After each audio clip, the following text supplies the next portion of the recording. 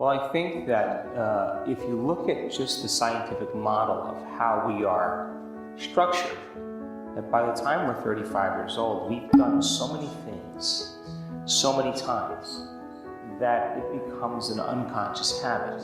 And 95% of who we are is really unconscious thoughts, automatic habits, emotional reactions, beliefs, perceptions, attitudes that function pretty much behind the scenes of our awareness. So the process of becoming conscious of what you're unconscious about yourself begins the process of change. So how you think, how you act, and how you feel is called your personality. And your personality creates your personal reality. That's it. So if you wanted to create a new personal reality, you'd have to change your personality, which means you'd have to start thinking about what you've been thinking about and change it. Become aware of your automatic habits and behaviors and modify them. And then look at the emotions that you've experienced that keep you anchored to the past. And really look at them and decide, do these emotions really belong in my future? So when you begin to think differently, when you begin to act differently, when you begin to feel differently, your life is going to change. So most people like to wait for a reason to change, like a crisis or a trauma or a diagnosis from some disease. And now all of a sudden, they realize that they can't go on living the same life any longer. They have to change something about themselves.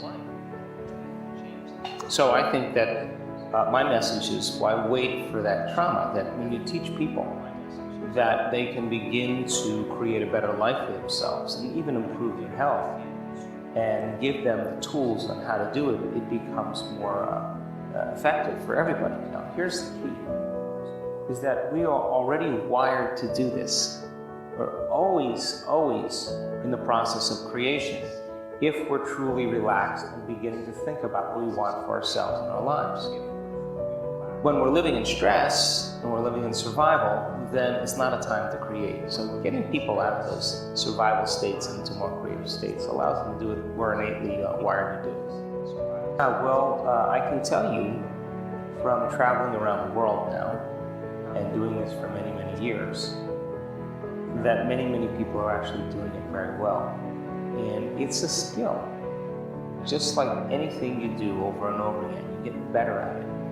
In the beginning, it's difficult because we always come up against some aspect of ourselves in order for us to move into a new life. So the hardest part about all of this is really making time to do it. That's it. And many people spend the majority of their life waking up every morning and running through a series of routine behaviors, seeing the same people that push the same emotional buttons, doing the things at work that they know they can do so well, thinking the same thoughts, living by the same emotions all day long. And as a result of it, if you're thinking the same thoughts, making the same choices, demonstrating the same behaviors, creating the same experiences, and living by the same emotions every single day, your inner world is going to be a complete match with your outer world. In other words, your biology is going to be in a tango, in a dance with your outer world, and nothing will change. So then, if you keep thinking and acting and feeling the same way, you condition your body to become the mind. So then, if you're waking up every morning and you're running through a series of routine behaviors that you did yesterday, then your body's already programmed into a predictable future based on what you did in the past. So we use the model of meditation.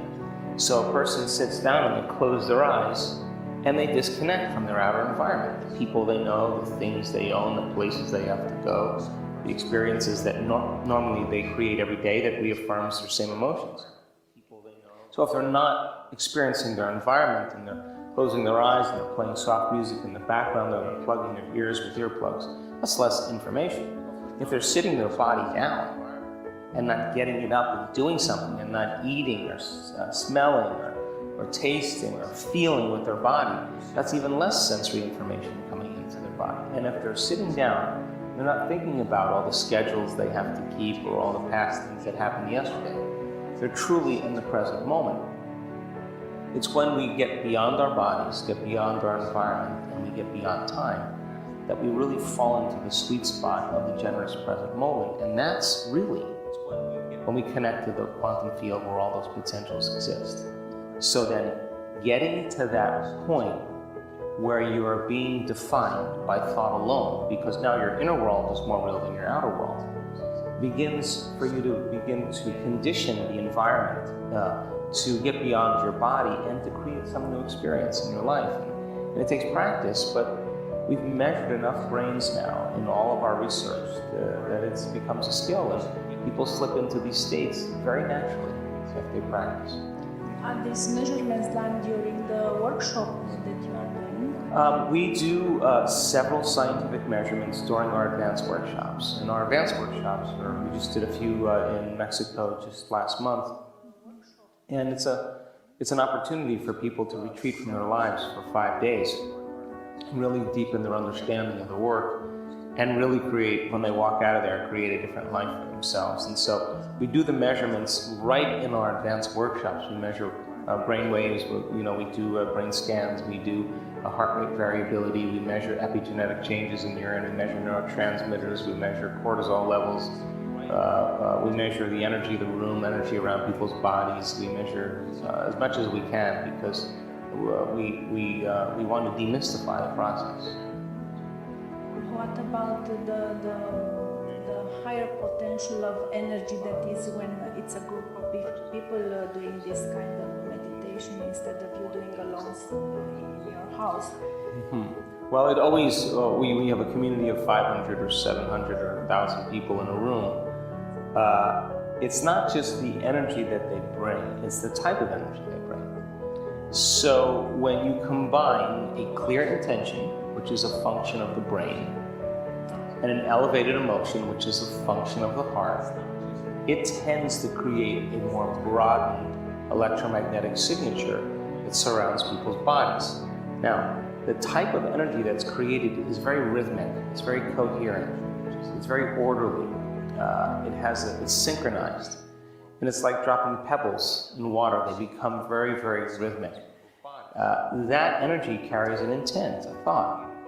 And so if I'm sitting next to you, or there's 1,000 people or 500 or 700 people in a room, and everybody's energy is becoming coherent, the moment those two energy fields interact, they interfere. When they come together, they are going to create a bigger amplitude, a bigger wave. That bigger wave is a higher energy.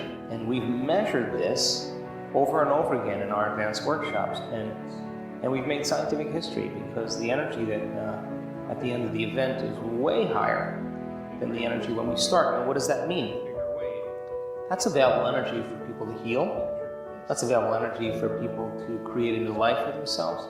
That's available energy for them to have a mystical experience, and on and on. So there is power in the community, but it has to be the combination of that clear intention with an elevated emotion, because the majority of our time when we're living in stress, we're actually drawing from the field. So the energy of the room will go down. So how do you teach people, instead of taking from the field, to give to the field? And we know that when you get a community of people together, and they're all wearing heart rate monitors, which is a function of the autonomic nervous system.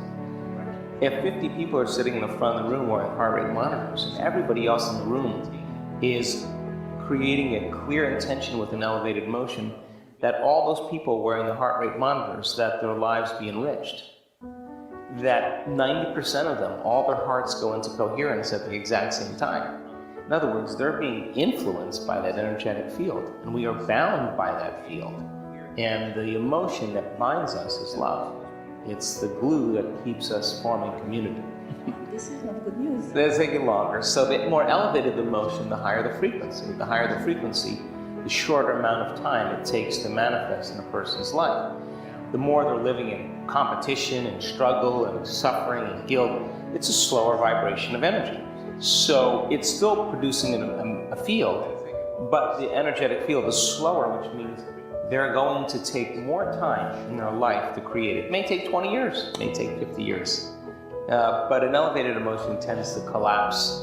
Well, we know that from looking at enough scientific research in studying people in the process, that I can tell you that you are at your absolute best when you get beyond yourself.